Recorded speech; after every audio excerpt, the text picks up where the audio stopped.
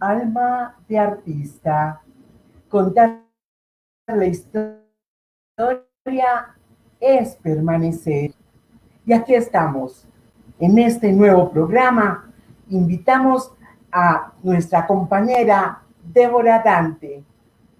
Hola Débora, Hola ¿cómo Ángela, estás? hola, muy bien y muchos buenos días y muchas felicidades a todos nuestros televidentes. Hoy tenemos clase, porque Llegó el tenemos, profesor, llegó el llegó el profesor. profesor para que ustedes conozcan una experiencia extraordinaria que tuvimos otros escritores, Ángela y yo. Preséntanos este invitado, Ángela, extraordinario. Qué rico tener esta oportunidad, de verdad que para nosotras es muy grato haber participado con él de una experiencia muy interesante en un curso de escritura creativa.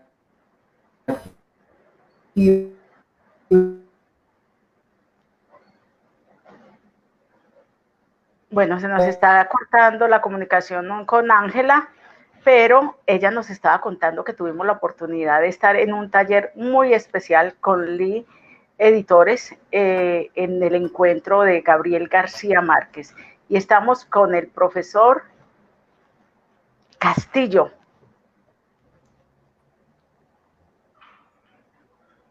Carlos, ¿cómo estás?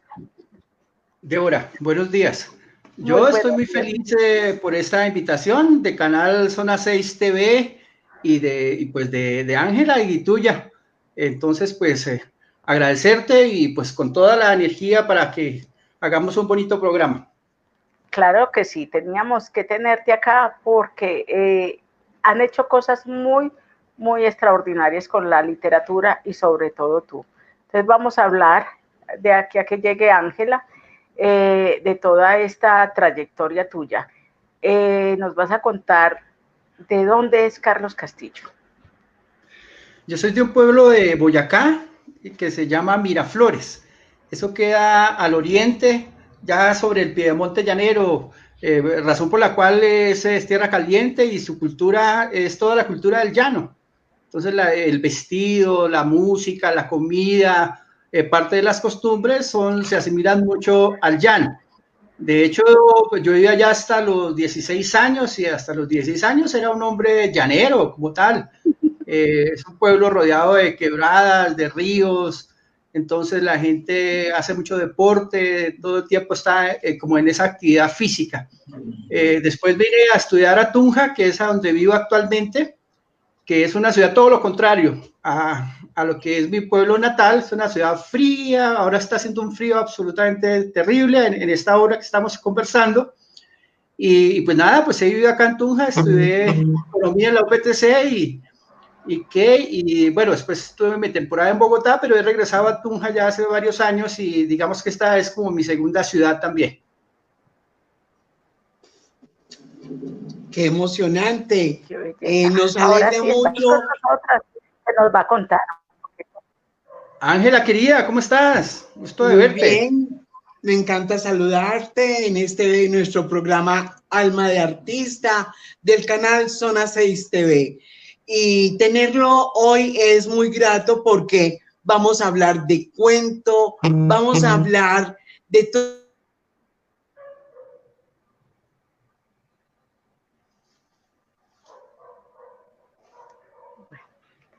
No sé qué estará pasando con nuestra compañera Ángela Penagos hoy. Desde ayer las comunicaciones están muy locas. Ángela.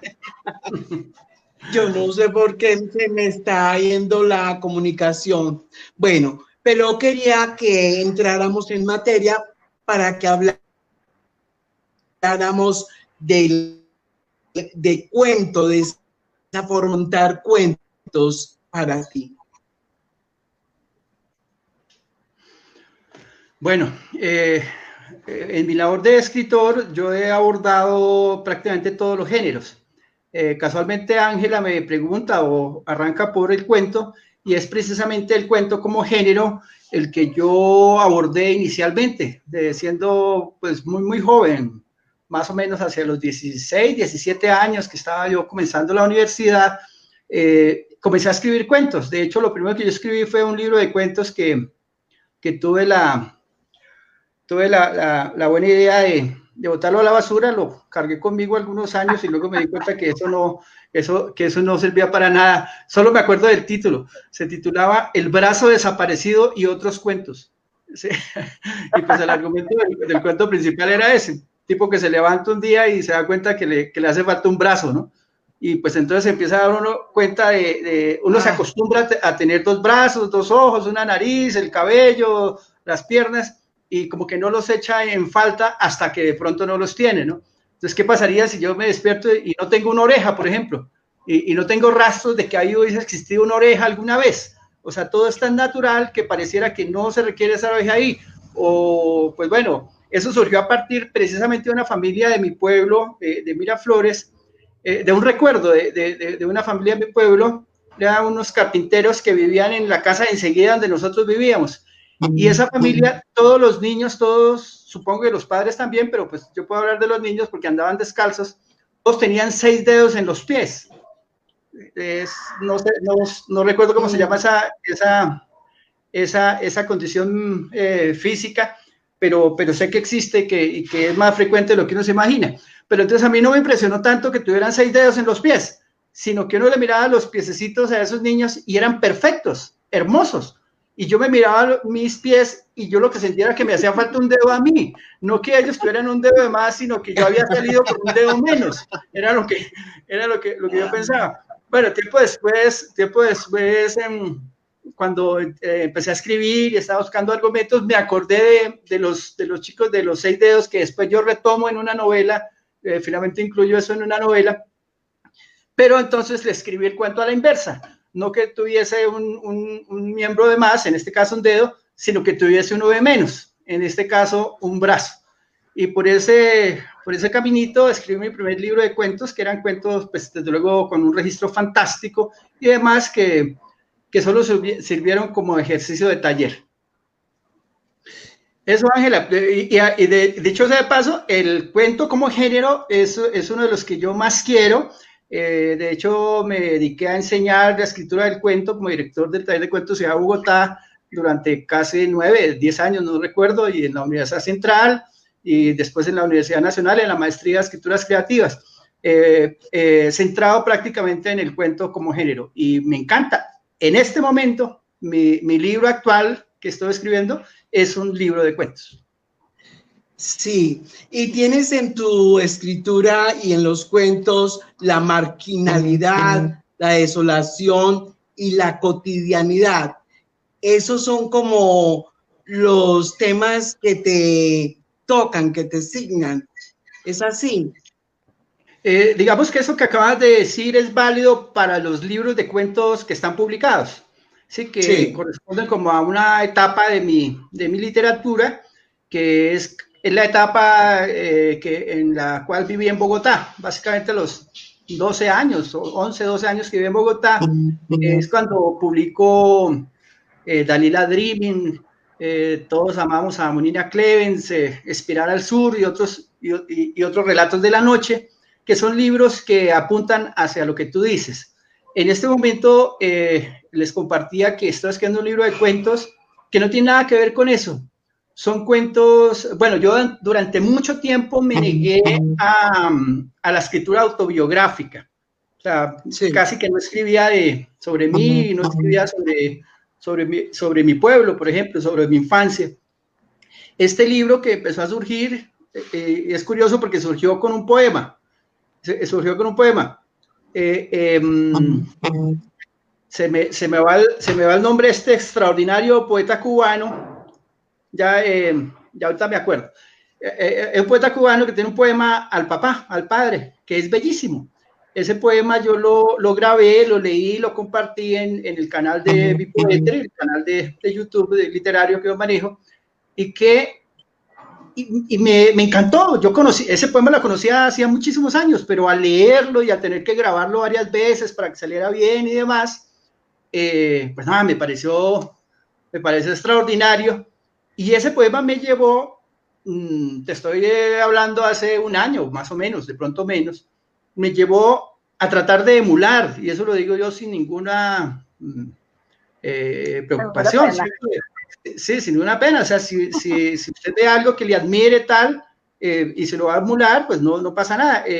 Ya digamos a estas alturas del partido, a estas alturas de la trayectoria que uno tiene, el estilo siempre saldrá, las marcas que uno tiene siempre saldrán y demás. Simplemente pensé, y ese es el epígrafe de Paul Auster que tenía el poema, porque era un poema lo que iba a escribir, ¿no? Mi padre ha muerto. Si no escribo nada sobre él, su memoria quedará perdida para siempre. Eso es de Ciudad de Cristal, de Paul Auster. Puse el epígrafe y luego escribí el poema. Un poema, yo escribo poemas largos, poemas narrativos un poco, poemas casi prosas poéticas. Y luego me puse a ver eso y pasa como yo mismo digo en los talleres. Me di cuenta y dije, no se engañe, eso no es un poema, man. O sea, por más que lo ponga un renglón debajo del otro para que simulen versos y tenga como cierta, en su forma, cierta presentación como de poema, eso no es un poema, eso es un cuento. O sea, se cuenta muy bien de lo que está escribiendo, más bien lo que está escribiendo es un cuento. Entonces me replanteé eso y lo convertí en un cuento. Desde luego, pues el cuento me da más posibilidades de contar cosas. Y le escribí un cuento a mi papá, basado en una anécdota de la vida real, una anécdota bastante triste de las últimas veces que nos vimos. Mi papá murió y mi mamá ya murieron hace muchos años, hace más de 20 años. Entonces ese cuento disparó otras cosas de la infancia, otras cosas de mi pueblo que vivió unas décadas oscuras de paramilitarismo y de cosas terribles que se han vivido en todo el país prácticamente. Entonces empecé a escribir sobre ese tipo de cosas que yo me había negado un poco. Me había negado a nivel general. En mi obra jamás había tratado esos temas y mucho menos con anécdotas tomadas de la vida real con personas, familias, amigos, familiares mismos, mi hermano mismo que es una víctima de esta guerra, que han caído, digamos, en esos días aciagos, y empecé a escribir otros cuentos que se fueron acercando a los otros, y ese es el libro que estoy escribiendo. Nada que ver con Dalila Dreaming, nada que ver con Espiral al Sur, no son cuentos urbanos, no son... Estos libros están completamente llenos de rock y la parte urbana. Estos otros que estoy escribiendo más bien están llenos de José Alfredo Jiménez. O sea que a ti no no hiciste catarsis con la poesía, sino con los cuentos. No, y con la poesía también. Con la poesía, pues vengo de un libro de poemas. El mismo proceso que estoy comentando lo acaba de cumplir con un libro que se publicó ahora en Cesar Ediciones, que es Bitácora del Fin. Desde el título que ya está diciendo que me pesan mis 54 años que voy a cumplir. ¿Cuándo vas a celebrárselos? De ayer en un mes, el 28 de agosto. Pues estaremos ahí cantando, ¿verdad, Débora? Hay que celebrar la vida, hay que celebrar. Pero entonces, si es así, este libro dices ya no, porque tú eres melómano y tienes en casi todos tus libros viene la música. Y entonces, banda sonora.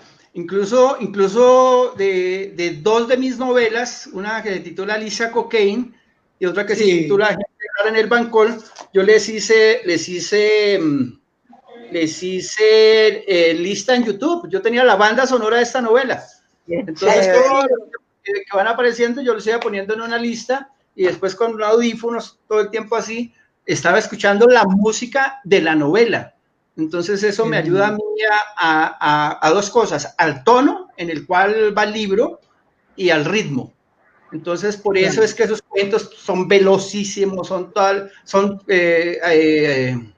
por ejemplo, Dalila Dreaming y Alicia Cocaine, que es una novela breve, los escribí escuchando Metallica todo el tiempo, o sea, con todo Metallica acá, a un volumen imposible, con audífonos, y eso le permite eso me permite a mí, por lo menos, ¿no? Cada escritor tiene sus técnicas y sus cosas. Sí. Ese ritmo que tienen esos cuentos, esa velocidad que tienen los cuentos, como tal, ¿cierto? Claro, me quitaba la música, quitaba Metallica y ponía otra cosa y no me funcionaba. Y esta novela está dedicada a Jim Morrison, está dedicada a mi hija menor, a mi hija Catalina y a Jim Morrison. Y desde luego, pues The Doors, todo el tiempo estoy escuchando The Doors, todo el tiempo es todo el tiempo, hasta la última página. De hecho, tal era el condicionamiento que si no estaba escuchando la música no podía escribir. O sea, que solo podía escribir si tenía acceso a la música. O sea, si estaba en un sitio donde por Jim Morrison. Sí, para estar con Jim Morrison escribiendo como a 4 manos, más o menos. Excelente. Y es un músico extraordinario y la película es muy buena. A mí me encanta. Un poeta extraordinario, ¿no? También, ¿no? Sí. Que de hecho es como él se definía, ¿no? Como poeta. Hay varios libros publicados, se consiguen en internet incluso, en PDF, por ahí con buenas traducciones de libros de Jim Morrison como poeta, que de pronto no es tan difundido, pero si alguien siente curiosidad, búsquelo en Google y lo consigue. La poesía de Jim Morrison. Hay una parte también muy interesante tuya, que no sé cuánto tiempo estés haciendo, y es sobre este canal de Poetry. Háblanos un poquito, porque es un canal muy, muy interesante. Sí, fíjate que, bueno, ¿esto de qué surge? En realidad el canal de Poetry es toda una plataforma que incluye varias cosas. Entonces incluye una página web que es burdelianaspoetry.com, ¿cierto? Donde básicamente es una revista electrónica. Incluye un sello editorial que es Burdelianas Poetry, donde ya hemos publicado algunos libros, e incluye el canal de YouTube al que tú haces referencia. ¿De dónde nace digamos, esa estrategia, esa plataforma literaria, cultural? Porque ahora ya la amplié más allá de lo literario. Bueno, por un tiempo yo viví en Villa de Leyva, en una cabañita en el campo. Aleja no tenía ni celular siquiera. Apenas, pues sí tenía acceso a internet, entonces entraba a internet solo para cosas de trabajo, lo absolutamente necesario. Estaba escribiendo un libro y no me comunicaba con nadie. Quien sabía dónde vivía y podía ir a visitarme, pues allá llegaba, ¿cierto? Quien no, pues imposible, pues no había manera de contactarme.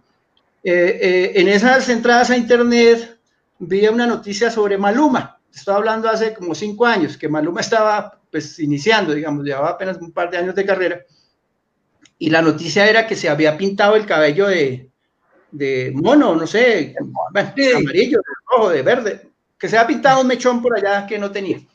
Entonces eso era una vaina así, tenía más de 20 millones de retuiteadas, de compartidas, de comentarios, de que se veía bien, si se veía gay, si no se veía gay. Mira, yo miraba eso y trataba de ubicarme en el planeta Tierra, ¿no? Dice, imposible que yo esté tan viejo, o sea, que no entienda cuáles son las dinámicas, ¿cierto?, del mundo contemporáneo. No recuerdo quién define al artista, creo que Rilke o Horton define al artista y al poeta en particular como ese ser que es capaz de captar el espíritu de su tiempo, ¿sí? Y concretarlo en un texto literario, en un poema, en una novela, ¿sí?, como tal. Entonces, por ejemplo, uno conoce Rusia, la Rusia del siglo XIX, pues leyendo a Dostoyevsky, ¿no? O leyendo a León Tolstoy, o cosas así, porque son seres que lograron captar, digamos, todo ese espíritu de esa época y ponerla en varios libros, ¿no? Si seguimos con el siglo XIX, pues estaría Balzac para ver todo lo que es Francia y cómo es esa Europa decadente.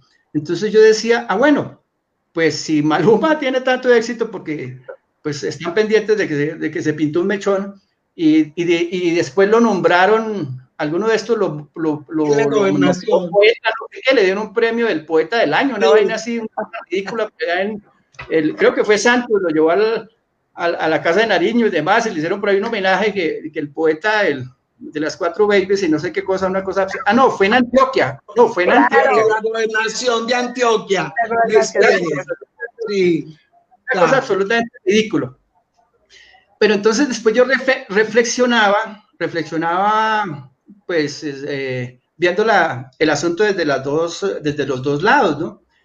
y pensaba que realmente Maluma sí se merecía ese premio de la Gobernación de Antioquia como poeta, y que sí merecía esos más de 23 millones de seguidores, porque posiblemente sí estaba captando el espíritu de la época. ¿Qué culpa tenía él como artista que fuera una época absolutamente miserable, de gente absolutamente cerrada, que vota no a la paz, que vota no a la corrupción, ¿cierto? Claro. Es decir, yo decía, si esto es realmente lo que somos, pues el reflejo exacto es Maluma. Entonces, eso tiene una lógica absoluta, ¿sí? Sería contrario, ¿no? Que un país pensante, un país sensible, estuviera siguiendo a una persona como esas. No, es precisamente este país criado en el narcotráfico, sí, completamente, todas sus instituciones públicas, privadas, con infiltraciones con esa podredumbre, pues tiene que ver precisamente con esto, ¿no? Con las 4 Babies y con lo que ahora muy recientemente pusieron como el compositor del año a otro muchacho del mismo género, de ese mismo género. Bueno, eso era para contarles que gracias al mechón de Maluma nace la plataforma de Bipoetry en general, porque me puse a buscar en internet, y realmente la oferta, hablo de Colombia, de revistas que se hicieran desde Colombia, de revistas y de canales literarios y demás que se hicieran es muy poca. Ustedes, que son unas grandes dinamizadoras de procesos culturales a nivel nacional y particularmente en Medellín, ¿cierto? Y particularmente por las mujeres, lo saben muy bien, ¿no? Entonces, es muy poquito lo que se hace, y entonces pensaba, pues tampoco es culpa. Entonces estaban los amigos de La Raíz Invertida, que es una hermosa revista, ¿cierto? Que movían eso. Estaba una revista Páramo, que no sé si todavía exista, que entiendo que era de unos jóvenes. Literalidad, otra revista que existe, creo que sigue vigente, y no había nada más. Entonces yo dije, esas 2, 3 revistas comparadas a la otra oferta, ¿sí? Que es grandísima. O sea, si usted quiere escuchar música de despecho, o si quiere leer sobre narcotráfico, o si quiere leer sobre putifiestas, simplemente métase en Google y le llegan todos los enlaces que quiera, ¿cierto? Pero si quiere leer poetas colombianos, poesía boyacense, por decir algo, sí, no encuentra, no existe ni una página, ni media página, ni oficial, ni privada, ni de ninguna manera. No existe un canal de YouTube. Fíjate esta reflexión tan básica y tan imposible, ¿no? Que no se haga. No existe una hemeroteca y no existe un registro visual de los escritores colombianos. Entonces, por ejemplo, se murió R.H. Moreno Durán, el novelista nacido acá en Tunja. ¿Dónde conseguimos un video donde R.H. esté diciendo alguna de sus conferencias, semejante personaje tan ilustrado, ¿no? y tan inteligente para ver el mundo, donde esté leyendo parte de su obra? No existe, a pesar de que él por lo menos una vez al mes estaba dando una conferencia, una charla, haciendo una lectura. Pongo el ejemplo de R.H. Moreno, pero a cualquier escritor, o sea, Álvaro Mutes, por ejemplo, que de lejos es quizás el poeta mayor de Colombia, ¿no? El poeta que considero yo que puede ponerse al lado de nombres tan ilustres como el de Vallejo, como de Borges, ¿cierto? Que tiene poemas absolutamente de ese nivel. Es muy difícil encontrar un video donde uno pueda ver a Mutes leyendo sus poemas. Existen audios. Menos mal, la HJCK cumplió como ese propósito. Pues de hecho, él trabajó allá y pues hacía doblajes y demás y mil cosas. Hay algunos poemas en la voz, dado que él era tan amigo de esta emisora cultural, pero no existe un registro en video. Digamos que eso hace 10 años o hace 20 años podría entenderse, ¿no? Pero ahora que todos andamos con una cámara de video en la mano, que es muy poderosa, es absolutamente una sinvergüencería que eso no se haga. Entonces, por eso yo creé la revista, por un lado, y luego creé el canal de YouTube para hacer un registro de los poetas colombianos, y no solo colombianos, de los poetas del mundo que quisieran enviar un poema para tener ahí un registro visual, digamos, de esos poetas. Si se mueren, si no se mueren, como sea, de los que están ahí, los he llamado escritores de poetry, uno entra y puede escucharlo. Entonces yo les explicaba hay gente que no me había entendido la idea, o que no me ha entendido la idea, o no la ha querido entender. Yo le decía, no, es que no solamente es el poema, ¿no? Pues desde luego son las palabras, eso es lo que es la literatura, ¿no? Pues palabras. Pero qué bueno poder ver a la persona, ver cómo lee sus propios textos, ¿no? Cómo mueve las manos, cómo mueve la boca. El eslogan que ustedes tienen, ¿no? Que es permanecer. La historia es permanecer, sí, señor. La historia es permanecer. Es exactamente en esa misma dirección, ¿cierto? Entonces, claro. Nace el canal de Be Poetry y nace la revista. Pues voy llegando cerca de 400 suscriptores. De aquí a que llegan los 23 millones de Maluma, yo creo que va a estar un poco difícil, pero... Primero te llega el mechón, así todo el pelo mono que... Pues yo estoy pensando pintando un mechón de amarillo, a ver si es que de pronto es eso lo que le interesa a la gente y no tanto la literatura que está allá. Pero pues 400 personas que estén siguiendo el canal, un canal literario, pues me parece que eso es un resultado bastante bueno, ¿cierto? Sí. Y eso, para responderte puntualmente a la pregunta de Ora, ese es un proceso que me ha tomado más o menos entre 4 y 5 años de trabajo, ¿cierto? Y como te digo, también un sello editorial que he tratado de mantener al máximo nivel, o sea, no es publicar como sucede mucho con algunos sellos que es quien tenga la plata publica, no, es publicar calidad, o sea, libros de calidad que en estos tiempos que hay que ser ecologistas, o sea, que no se pierda el papel, que no se pierda el impulso, que no se pierda las ganas. Entonces, un poquito eso es lo que Be Poetry. Últimamente, entonces, la última etapa, digamos, de ese proyecto, que es en la que estoy trabajando actualmente, tiene que ver ya con el coronavirus y todo este tipo de cosas. Entonces, si uno va a mirar noticias, o si entra a redes sociales, ¿qué encuentra? Pues noticias sobre la muerte, noticias sobre la corrupción, noticias de cómo se roban la plata, ¿cierto? Noticias de cómo mandan a la gente a que se mate sola por comprar un televisor y cosas así por el estilo, noticias de la corrupción, noticias de la inoperancia de la justicia, lo acabamos de ver ayer, antes de ayer, ¿cierto? Noticias de la impunidad completamente. Y bueno, pues pareciera que no hay más noticias, ¿no? O sea, eso somos. Esa miserableza, somos un país de ladrones, un país de corruptos, ¿sí? Un país de narcotraficantes, ¿sí? Un país de asesinos, ¿sí? Porque no es otra cosa, de violadores, ¿sí? Que no hay respeto ni por la mujer, ni por los niños, ni por las niñas, ni por nada. Entonces dije, pues no joda.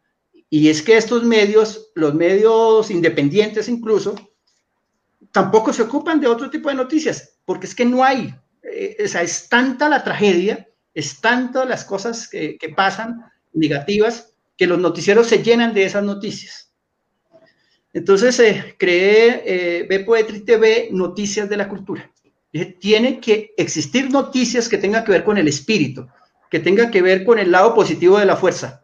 O sea, hay gente, los artistas, los escritores, la gente de la cultura también está haciendo cosas, y eso no es noticia para nadie. Entonces dije, pues para mí sí va a ser noticia.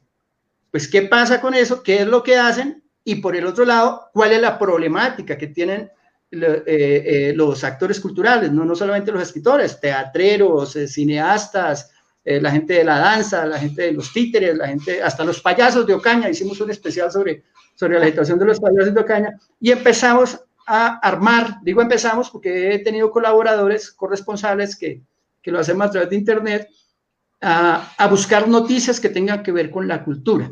Antes de venir a esta cita agradabilísima con ustedes, acabo de subir en Be Poetry TV el último especial. Estamos haciendo especiales del noticiero, que es sobre la cultura drag queen en la ciudad de Bogotá. Entonces entrevisté a 2 personajes drag queen, a un profesor de la Facultad de Artes de la Universidad Distrital, de la SAP, a un maquillador y a un fotógrafo que es colombiano pero vive en México, que ha tenido que ver con toda esta escena drag queen.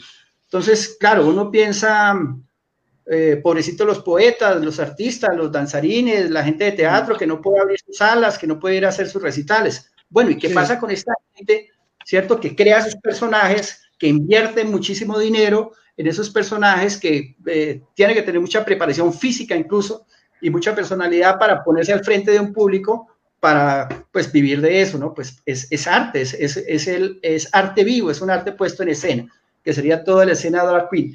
Pues bueno, como eso mucho menos va a ser noticia para los medios tradicionales, pues para mí pues debe ser noticia, y acabo de publicar, antes de venir a la cita con ustedes, acabo de publicar el especial de Drag Queen, se llama así, Drag Queen Arte Vivo. Y pues es un especial. Qué buena noticia nos das, porque hace falta el oasis de esas noticias que nos están, como dices tú, llenando el espíritu. Y es necesario, sobre todo, hay épocas tan difíciles donde la gente está en búsqueda de algo que los calme. Pero no solamente eso, sino el conocimiento y entrar como en un equilibrio. Y yo creo y soy consciente que el arte viene como a sanar, a llenarnos como un poco de paz en el corazón. Así que esa idea me gusta muchísimo. Débora, ¿qué opinas? Es muy linda. Yo ya tuve la oportunidad de ver muchos programas ahí en este canal, cuando tuvimos este taller extraordinario donde aprendimos muchísimo. Incluso nos llevó a este canal.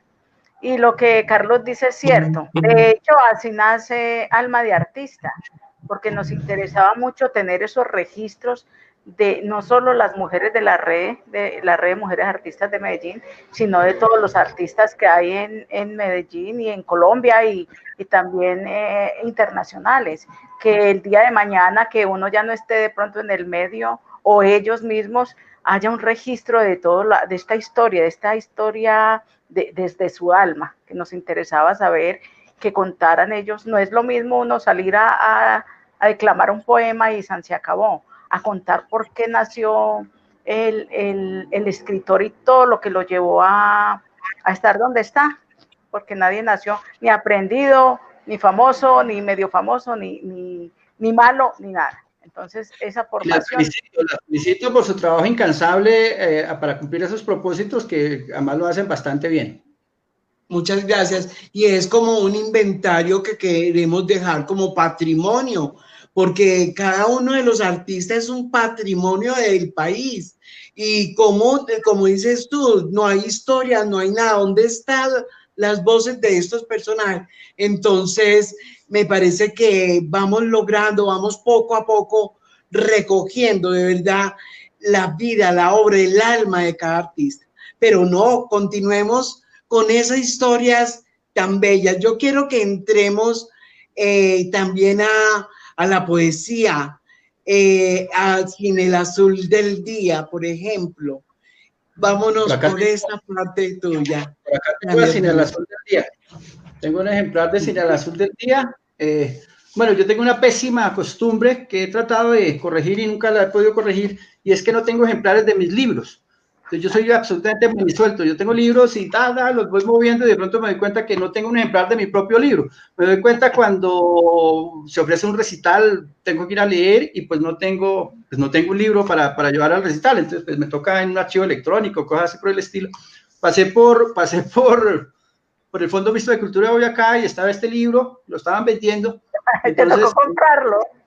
Sí, claro, yo le dije a la señora qué tal, y entonces me alegré porque el libro estaba caro. Dije, oiga, pero está bien cotizado el autor. Y la señora se quedó mirándome y como que sí es, como que no es. Pues yo la conocía, pero una señora de mucho tiempo ahí en el Fondo Mixto de Cultura. Y me dijo, no, pero es que tú eres Carlos Castillo. Yo le dije, sí, claro. Y entonces, ¿cómo, por qué vas a comprar tu libro? Yo le dije, pues porque no lo tengo. Así de sencillo. Y entonces me obsequió el ejemplar. Me pareció muy grato, y entonces tengo un Sin el azul del día. Sin el azul del día es un libro que yo quiero muchísimo por varias razones. Bueno, parte de una anécdota. Comenzaba ya a salir con una persona que después fue mi compañera durante cerca de 10 años, ¿cierto? Comenzábamos la relación y yo estaba dedicado a la narrativa, estaba ya escribiendo novela y hacía muchos años que no publicaba poesía. Yo había publicado 5 libros de poesía tal vez, ha ganado unos premios de poesía, 3 premios de poesía y tal, y entonces vive acá en Tunja. Me encontraba con la gente por ahí en la calle, en una cafetería, en una calle, y lo normal era, hola poeta, ¿qué hubo poeta? Chao poeta, así, normal. Y yo, hola, ¿qué hubo? ¿Qué cuentas? Está. Y entonces esta mujer me dice, hola, ¿y eso de poeta es un apodo o qué? Pues, es que casi. Obviamente ella había leído mis libros, pero eran libros viejos, libros de hacía más de 5 o 6 años, y ahí esa vaina es un apodo o tal. Y yo le dije, ¿y esta? ¿Qué le pasa? Entonces, básicamente me está diciendo, porque tú a mí jamás me has escrito nada, ¿no? O sea, no, ninguna cosa, ¿no? Entonces, pues claro, como que me toreó, digamos así, con el asunto. O sea, profe, que usted es poeta si le escribe a ella, si no, no. O si no, no vale, ¿sí? Entonces usted no es poeta. Entonces, pues yo quedé así como tocado, ¿qué tal? Y bueno, y un día dije, pues, oiga, pues sí, voy a escribir un poema, porque además yo estaba muy enamorado de ella, y me puse a escribir un poemita, y yo escribo a mano, poesía escribo a mano, yo no puedo escribir poesía en el computador, o a veces lo hago, pero casi siempre escribo a mano, y casi siempre, tanto para narrativa como poesía, yo no escribo un poema, yo escribo un libro de poemas, es decir, todos los poemas van dentro de una estructura, dentro de un contexto, o todos los cuentos van dentro de una estructura, o todas las páginas de una novela van dentro de un proyecto. O sea, no escribo poemas sueltos. Entonces, para eso compro un cuaderno. Entonces, un cuaderno de escuela me parece mucho más práctico, comprar un cuaderno y empezar como a hacer la tarea, ¿no? El primer poema, el segundo, el tercero, y pues ir tachando y tener como un cuaderno de tareas. Y bueno, entonces compré un cuaderno, una libretica de papel periódico, y le escribí un poema. Y pues claro, si yo cometo un error de un tachoncito, bueno, todavía de vez en cuando se le va una tilde que no es o alguna cosa así, ya eso es un error del poema. Entonces me arranco la hoja y vuelvo y paso. Si el renglón o el verso no queda absolutamente recto, también es un error del poema, entonces toca volverlo a escribir y así hasta que quede absolutamente perfecto. Y tal, y le escribí un poema y se lo regalé, se lo obsequié. Y entonces, vea, así como que era poeta, oiga, bien, pero pues, no es así como para desmayarse la vaina, pero funciona, ¿sí? No me Mira, queremos saludar a nuestra audiencia que vienen dejando mensajes, saludándote, Carlos. Hay mucha gente conectada. Entonces, qué rico, dice Cristina Botelo. Ella es de Bolivia, pero está viviendo en Indiana y saluda y dice que le encanta el programa y que qué rico vernos y que de verdad estamos haciendo pues un trabajo muy interesante. Luzaide Patiño también saluda y dice que está muy contenta de saber, de estar en este programa y escucharte. Y así a todos nuestros oyentes, pues un saludo muy especial desde Canal Zona 6 TV en el programa Alma de Artista, porque contar la historia es permanecer. Y ahora, Ángela, nos vamos a comerciales y volvemos con el que sí es poeta, Carlos Castillo. Ya volvemos.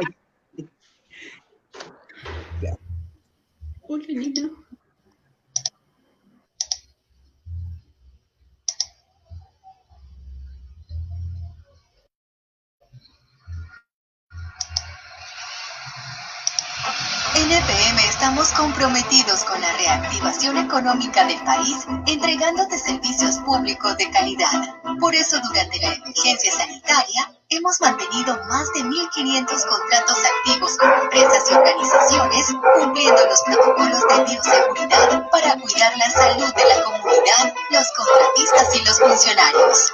Unimos esfuerzos para seguir adelante. Medellín se refleja en la mirada de cada uno de sus habitantes. Juntos, construimos una sociedad participativa y solidaria. Los habitantes de Medellín necesitamos conquistar nuestros sueños, porque pensar en un mañana mejor nos da confianza para avanzar.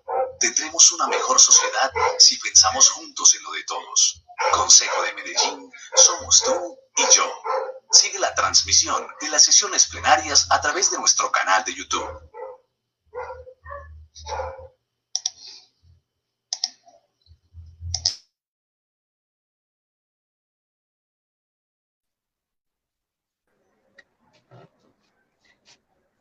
Y aquí estamos.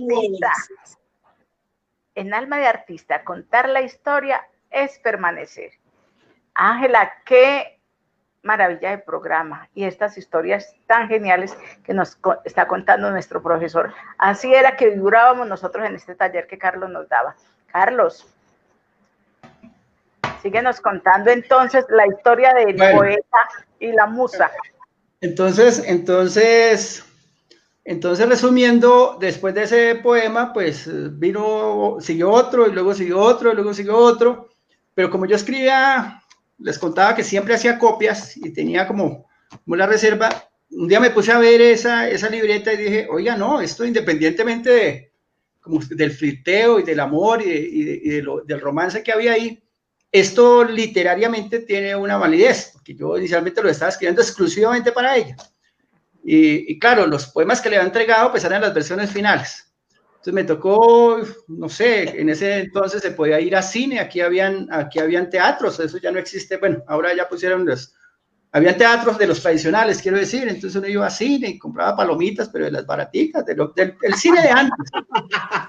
Nos fuimos por allá como a cine. Sí, nos fuimos a cine, nos tomamos una cervecita después y tal, y le dije, no, mira, es que yo quiero pedirte un favor, así, no lo tomes a mal. ¿Será que tú me puedes dejar fotocopiar los poemas que te he entregado? No, usted lo que quiere es quitarme los poemas, no, claro, que le dé los poemas, que se arrepintió. Yo le dije, no, en serio.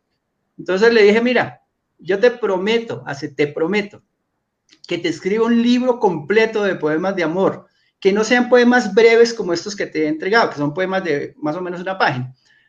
Y te prometo que con ese libro me voy a ganar un premio de literatura. Todo para ti. Me dijo, pero bueno, si es así, le presto los poemas o si no, no. Y entonces, efectivamente eso sucedió y sucedió lo que le prometí y escribí Sin el azul del día, que digamos, qué pena, ¿no? Esto es simplemente cultura literaria. Si uno se pone a ver la historia de la literatura, encuentra que Petrarca, por ejemplo, con los sonetos a Laura, que recoge prácticamente toda su obra poética, le escribe un libro exclusivo a una mujer y de poemas de amor, ¿cierto? Si uno sigue revisando, encuentra que Pablo Neruda y sus 100 sonetos de amor es un libro de poesía a una mujer específicamente, a Matilde Urrutia, y todos poemas de amor, y así sucesivamente, pero no son muchos los ejemplos. Desde luego, se pone uno a buscar y a buscar, va encontrando ejemplos como ese. Entonces yo me inscribo humildemente en esa lista y escribo un libro completamente de poemas de amor, dedicados y me gano el premio, sí, a una sola mujer, a una misma mujer, ¿cierto? Que pues está, desde luego, en la primera página está la dedicatoria, ¿cierto? De ese libro, dice aquí, para Claudia R. Niño. Está la dedicatoria, que es una edición bellísima, además de este bueno. Pero queremos oír un poema, ¡qué emoción! Entonces, esto fue premio del Consejo Editorial de Autores Boyacenses, que es curioso, pero ese dinero me permitió a mí trasladarme a Bogotá. Yo me fui a Bogotá porque mi hija mayor entraba a la universidad y pues ella quería estudiar en Bogotá, no quería estudiar en Boyacá, y yo le he prometido que sí, que nos íbamos para Bogotá. Y yo le dije, sí, no, espera, termino de escribir este libro, lo presento a este premio, más o menos el fallo sale tal fecha, yo creo que el cheque nos lo estarán dando tal, así, tal cual, o sea, con todo el convencimiento. Espera, lo escribo, me lo gano y nos vamos. Y la novia lo mismo, la novia estaba esperando y nos fuimos, de hecho, los tres. Terminé yo viviendo con mi novia y con mi hija mayor en Bogotá, ¿cierto? Vivimos, pues quizás mi década más feliz, ¿cierto? Fueron tiempos muy felices, por eso es que yo quiero tanto a Sin el azul del día, pero esa es la historia de cómo se gestó ese libro, por la frasecita esa de que si es que es un apodo. Este es el primer poema del libro. Se titula Una promesa. Y si por un río secreto navegan desnudos los muertos y un barquero ciego los guía y, como corresponde, se queda con el cobre prensado que los dedos ponen en los ojos de aquellos navegantes, a ese río y a ese barquero habré de enviar el agua taciturna que amanece en mi rostro, la carroña, el canto maldito que insiste, y, si es necesario, me abriré una ventana en el pecho para que salga lo que de sombra quede, lo que te dañe, lo que no te guste, la piel usada, el corazón y la palabra herida. Habré de condenar al fúnebre destierro con una bolsa de monedas de oro puro que gratifique el triste adiós que desteje ese río y la incesante noche del ciego. Lindo, qué lindo. Arrancamos con esa promesa. Luego viene un bloque de poemas un poco más largos. Este que voy a leer tiene 3 páginas y media. Yo estaba acá en Tunja, mi hija estaba terminando su grado 11, pero mi novia se fue para Bogotá, hacia el estilo de la canción de Jorge Velosa. La china que yo tenía se fue para la capital, ¿cierto? Y digamos que hay como un intervalo donde pues seguíamos siendo novios, pero pues de hecho ella ya no estaba acá y pues nosotros acá pues nos la pasábamos todo el día juntos. Y eso le ayudó al libro porque me llenó de tristeza, entonces pude escribir como en un registro. Entonces escribí este poema que se titula La ciudad. Tiene un epígrafe de Alto Rimbaud que dice: un amor desesperado y un lindo crimen lloriquean en el barro de la calle. Luego dice mi poema: hay más frío en mi habitación que en los ojos de quienes aguardan en los umbrales. Sé que el lecho conserva otra memoria. Sé que hace años, en esta calle, a esta hora, alguien tocaba una dulzaina. Sé que tu piel es un privilegio. ¿Te has ido? Sin ti no hay alegría. El parque del barrio mintió tu perfume. En la tarde hizo algarabía y se hincó para que los niños subieran en su espalda, pero el agua de la fuente no reflejó tu rostro. La ciudad sabe que no estás. Las calles hacen sonar sus espuelas. Su resonancia marca la extensión del océano y me mide. Juego a que no escucho, a que no la veo, pero tú sabes que no juego y me mide. Las palomas, durante todo el día y durante toda la noche, comen y defecan y duermen y sueñan que comen y defecan durante todo el día y durante toda la noche. Las palomas en la cúpula de la catedral y en los aleros y en los tejados de las casas del centro. Hay uno que odia las palomas y las enamora con papeles trenzados. Hay un tren que pasa 6 veces en la noche y que tú conoces. Sé que el olor del fuego te desvela, el comercio íntimo del acero sobre el acero.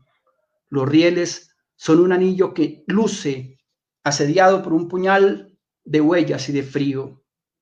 Sé que preferirías que ese anillo fuera de plata. ¿Qué has ido a buscar?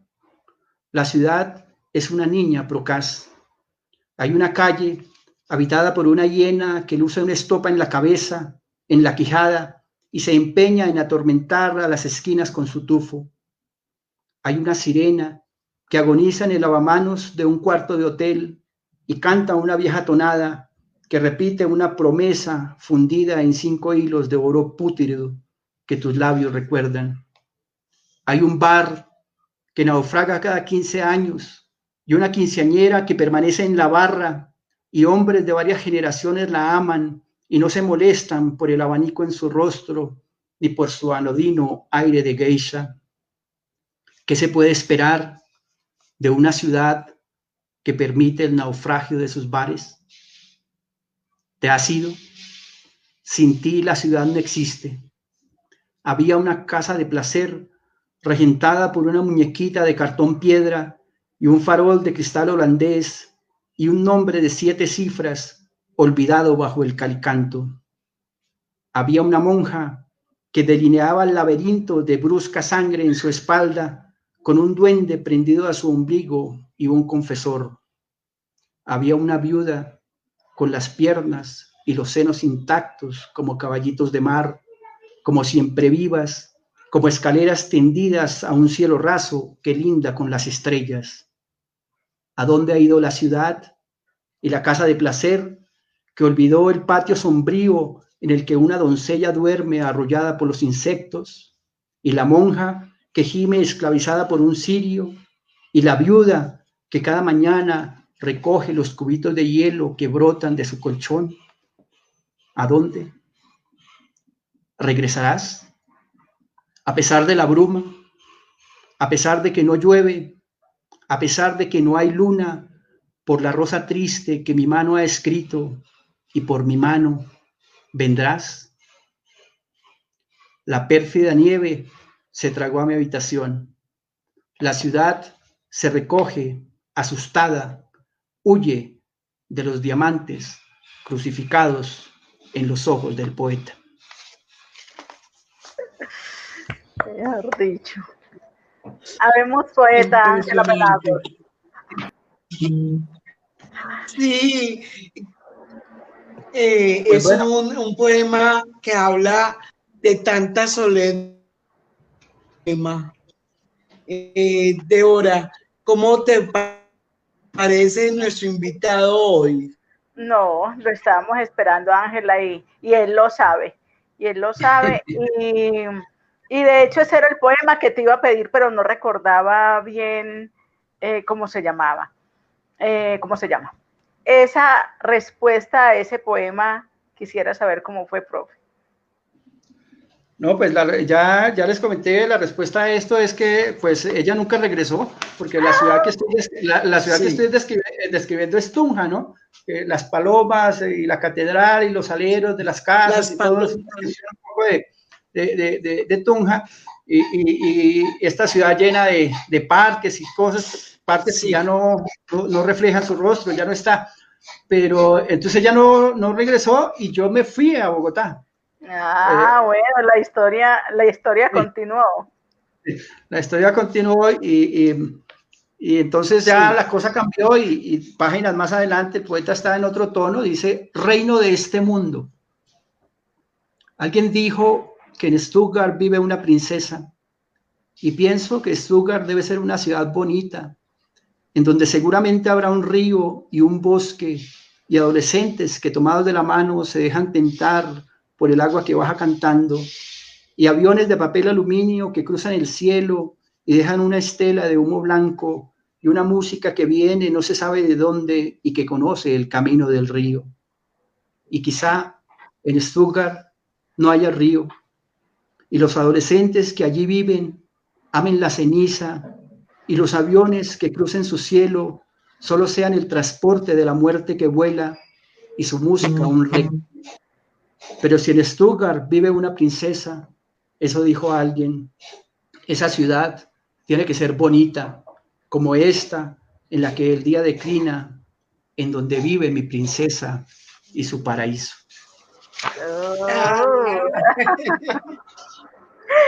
Todo lo que hay por contar de hora.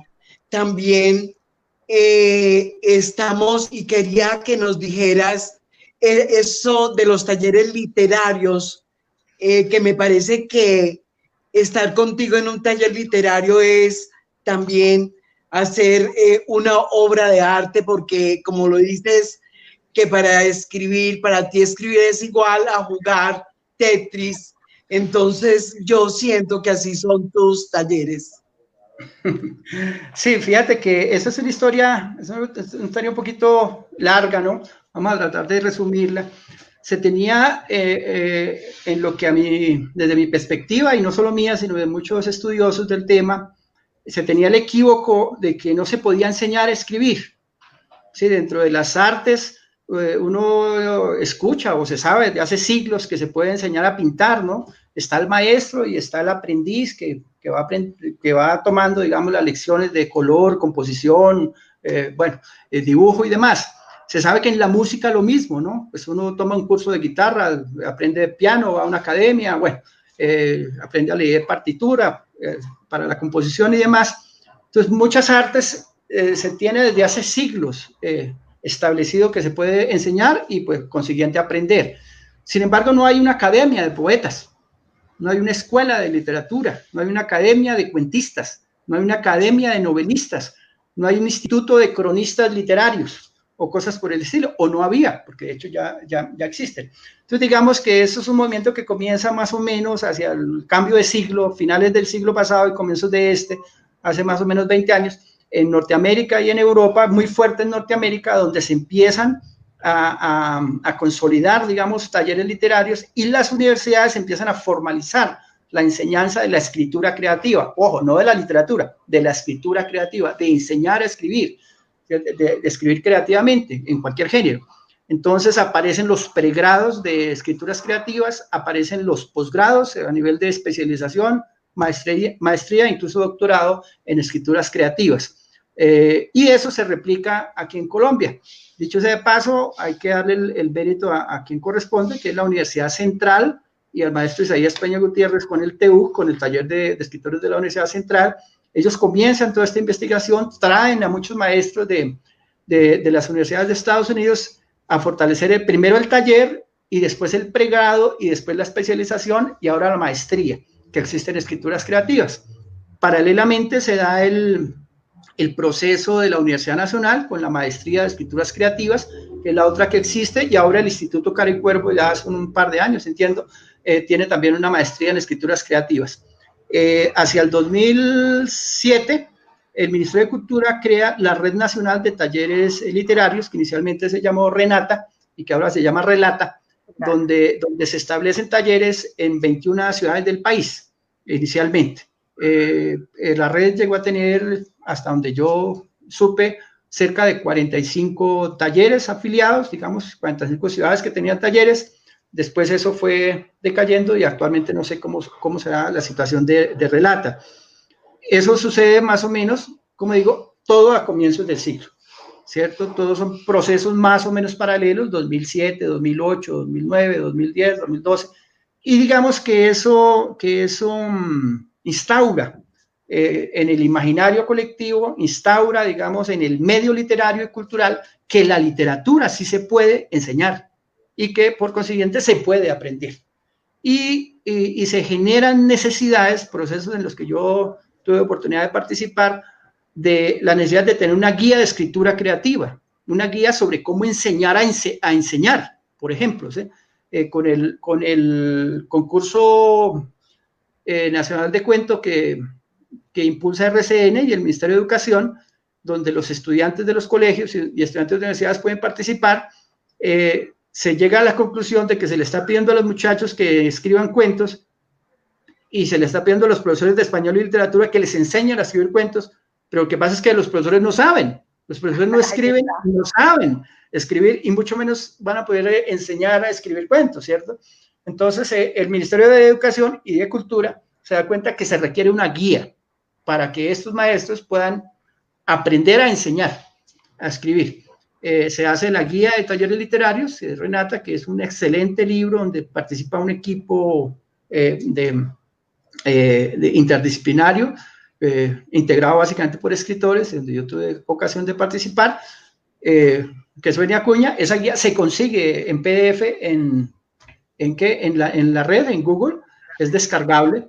Guía de talleres literarios de Renata, porque cuando eso se llamaba así, que el Taller Roca Ediciones la publicó, se consigue el PDF.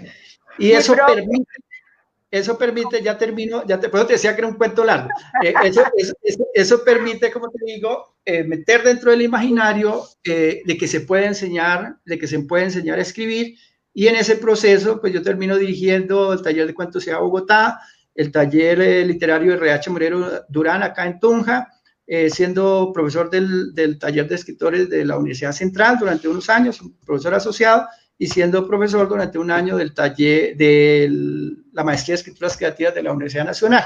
Y digamos que eso me me dio una trayectoria de cerca de 14 años, porque también estuve acá en la UPTC en el taller de escrituras creativas de 14, 16 años dictando talleres literarios. Ahora ya estoy más o menos retirado de ese oficio desde hace un par de años. Eventualmente dicto talleres como en el que tuvimos la oportunidad de estar, pero digamos que ya no es mi ocupación principal como sí lo fue durante muchísimos años. Profe, fue un placer para nosotros y un honor tenerlo acá en el programa Alma de Artista, que contar su historia permanecerá y nos debemos otra charla más adelante que sé que tiene muchas cosas para seguirnos contando. Muchísimas gracias por estar con nosotros. Débora, a ti y a Ángela, que pues parece que su internet hoy no estaba como muy bueno, que tuvo que desconectarse, pues muchísimas gracias y pues por esta invitación, a tu programa y a la gente que estuvo siguiéndonos. Entonces te envío un abrazo y lo mismo para Ángela. Otro para usted, profe. www.canalzona6tv.com/alma de artista. Contar la historia es permanecer.